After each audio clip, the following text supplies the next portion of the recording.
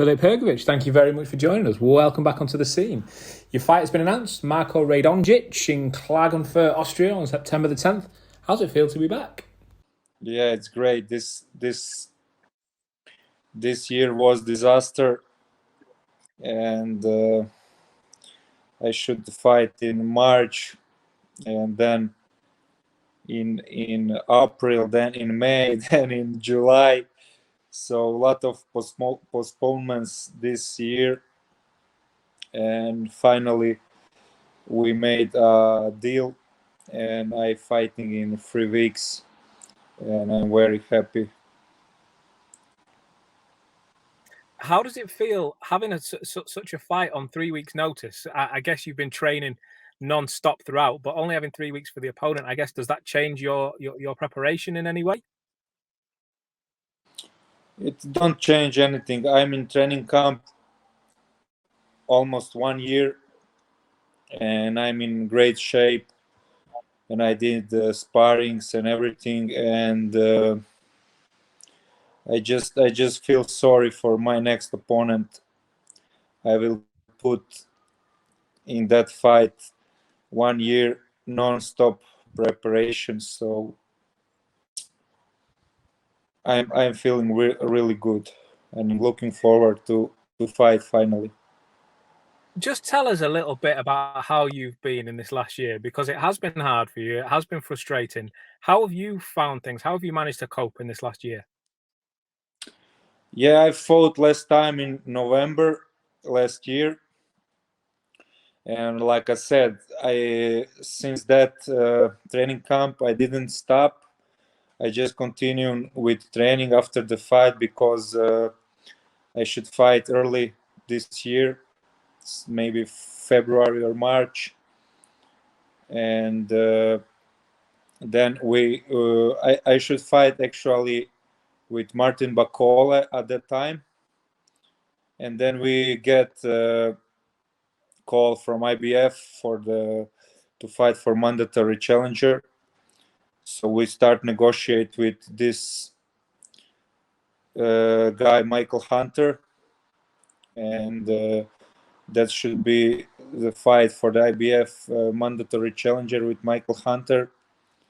But that motherfucker took us 3 months of negotiating with us, and then when we finally need to sign the contract, he just stop answering, and he didn't want that fight. He just took from us few months of negotiations, and he was telling in the media that he will knock me out, that I don't have good jab, that I'm not good, and then when he should sign the contract, he just ran away.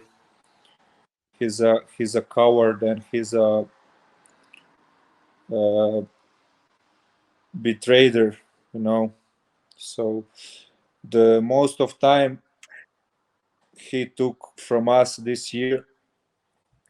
But okay, I know I was not happy because of that, and I was looking forward to that fight, but it is what it is, we so like I said, this year was not so good. We couldn't find opponent for me, but a lot of guys didn't want that fight with me for IBF mandatory challenger.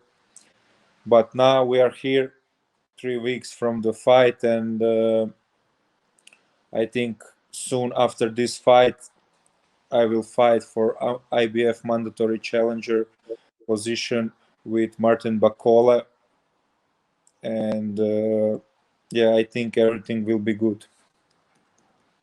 Tell us a little bit about that journey then, because I want to speak to you about your fight against Radonjic in just a moment, but your journey with the IBF and Martin Bakole next, is that a fight that really gets you excited, one that you really look forward to?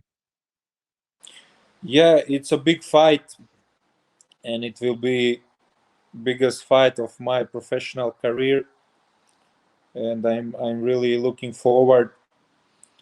and if I win, that put me in a really good position, and that's one step closer to my goal to become heavyweight world champion. And I really looking forward to that fight. I'm asking for a big fight, for big name, months and a months and years. I talking about a big fight. I wanted big fight, good name. So Martin is a good fighter. His good name. Everyone knows him. He has good ranking, and I'm really happy about that fight. And I will show the world how much I am worth.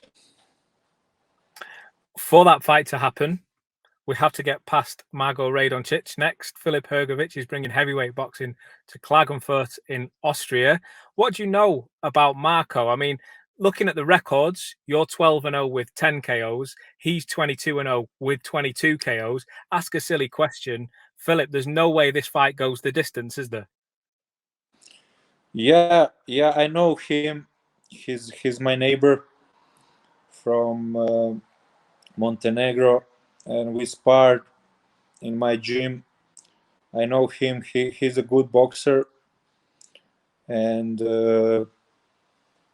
yeah, he has good record, lot of KOs, and it's not gonna be easy fight.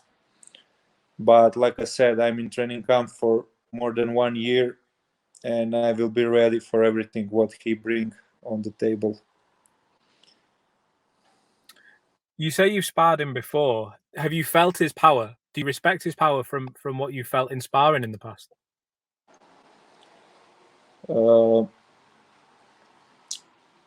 don't feel power from my opponents. I have really good chin, and I don't have these problems. Just finally, before I let you go, Filip, obviously you've spoken about your dreams and your pathway that is now seemingly laid out in front of you. Get past Marko, and then it's Martin Bakole, and if you can get past Martin Bakole, then there's an IBF heavyweight world title shot waiting for you there. Those belts, that belt is currently with Anthony Joshua. There's a lot of talk about Anthony Joshua. He's got Usyk next, and then potentially Tyson Fury down the line. Do you? I guess this is a two-part question. Do you have a thought of who you would like to fight for that IBF title? And do you have a thought who you think it will be when you eventually get there? I don't know who will be, but doesn't matter. Doesn't matter. Will be Joshua or Fury, or someone will vacate that title, or I don't know who will be. But for me, it doesn't matter. I want to fight with everyone. I think I'm ready for everyone, even for Joshua, even for Tyson Fury. And I want to become heavyweight champion of the world. That's my goal, and I'm really, really close to that. And just wanted to say it would be great if I fight Anthony Joshua or Tyson Fury for that belt, because they are really big stars and big names, and they are the best. I would like to fight one of them, but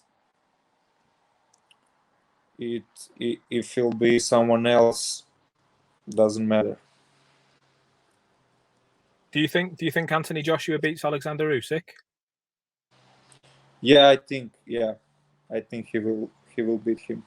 Well, I just want to say then, for now, I guess the heavyweight scene needs to be notified that El Animal is back. Yeah, in 3 weeks, El Animal is back, and the best days of El Animal is yet to come, and remember the name. Filip, we look forward to seeing you in a couple of weeks. Can't wait for Austria. All the very best. Thank you very much for joining us today. Thank you. All the best.